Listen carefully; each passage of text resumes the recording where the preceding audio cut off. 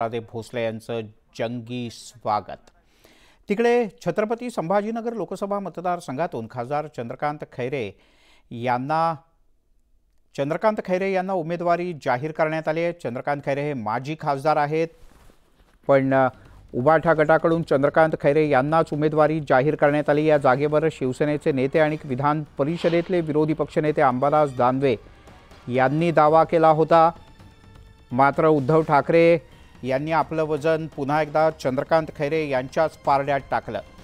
खैरे यांना पक्षाकडून औपचारिकपणे उमेदवारी जाहीर झाल्यानं अंबादास दानवे यांनी उघडपणे आता नाराजी व्यक्त केली आहे। खैरेंवर त्यांनी काही आरोपही केले आहेत। चंद्रकांत खैरे यांना पक्ष सहन करतोय असा आरोप अंबादास दानवे यांनी केला। दरम्यान नाईलाजास्तव त्यांचा प्रचार करावा लागणार आहे, तसंच त्यांचं वागणं आणि बोलणं योग्य नाही अशी स्पष्टोक्ती, अशी स्पष्ट भूमिका अंबादास दानवे यांनी घेतली आहे। दुसरीकडे खैरे यांच्यामुळे निवडणुकीत फटका बसू शकतो असं महत्त्वाचं विधान सुद्धा दानवे यांनी केलं आहे की तुमच्याबद्दल जे काय चर्चा सुरू आहेत की तुम्ही शिंदे गटाकडे जाणे शक्यता आहे, तुमचं बोलणं सुरू आहे, मग ही नाराजी आणि स्टेटसची खतखत याचं काय गणित पुढं बदलेल? हे पाहिजे मी क्लिअर सांगतो। बाकी सगळ्या गोष्टी असेल, खतखत असेल, नाराज असेल, सगळ्या असेल, पण त्या माझ्या घरापर्यंत, माझ्या पक्षापर्यंत, त्याच्या पुढं ते नाही। आमच्या घरातला विषय ते आमचे कुटुंब प्रमुख उद्धवजी ठाकरे साहेब ते बघतील, पण त्याचा अर्थ असा नाही आहे की मी कुठं दुसरीकडे जाईल, दुसरीकडं उमेदवारी, हे धंदे मी करणार नाही व्हायचे, हे तर माझं स्पष्टपणे। हां, पण मला माझ्यावर अन्याय झाला हे मला वाटतं, पण मी काही कुठे जाणार आहे हे पण डोक्यातून तुम्ही मीडियानी पण आणि कोणी पण हे काढून टाकावं। खैरेंचं काम करणार हो, आता एवढी नाराजी असल्यानंतर कसं काम? नाही, असं करणं पक्षाचं काम करावंच लागतं। जसं त्या दिवशी नाही का चंद्रकांत नारायण पाटील गेला, छातीवर दगड ठेवून त्यांनी एकनाथ शिंदे सहन केला। खैरे तर आमचेच आहे ना, मला तर सहन करावं लागेल, मला तर काम करावं लागेल ना। सहन करावं लागेल याचा अर्थ? हो, सहनच करावं लागेल, कारण सहनच करतोय खैरेंना आम्ही। आमच्या इथल्या शिवसैनिक बोलत नाही कोणी, मी बोलतोय, सहनच करावं लागतं खैरेंना।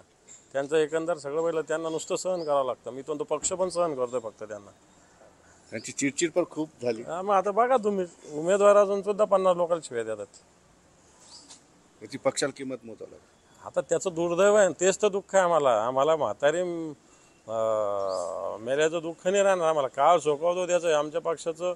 या निमित्तानं आमच्या म्हणजे आता तुम्हाला तर सगळं माहिती आहे, पण मला असं वाटतं म्हातारी मेल्याचं दुःख नाही, पण शेवटी मग आमचं भवितव्य पण अंधकारात जातं ना। शेवटी आम्हाला आणखी भविष्यात 10, 20, 25 वर्ष काम करायचं आहे, एक पिढी अजून बाकी आहे आमचं एक पुण्य आहे। तर मग शेवटी पुन्हा आम्ही तेच करायचं का? पुन्हा उभा करायचं, मग पुन्हा लढायचं, पुन्हा जिंकायचं, हे धंदे करायचे का? जो कळस रचलेला आहे मान्य शिवसेना प्रमुखाच्या विचारांनी, पाया रचलेला आहे, भिंती बांधलेला आहे, सगळं झालं, खरं तर कळस चढवायचं काम म्हणायला पाहिजे, परंतु थोडंसं मग या सगळ्या याच्यामुळे गडबड होऊन जाते। ही नाराजी सगळ्यात दिसते, तुम्ही जे बोलताय खैरे उमेदवार आहे। कित्येक लोकांना तसं वाटतं, कित्येक लोकांना ते ज्या पद्धतीनं वागतात ते स्पष्ट दिसतं ना। कित्येक मी सांगितलं ना सकाळी, 2000 मतांनी पडले, पण 20,000 लोकांना तर शिव्या दिल्या त्यांनी।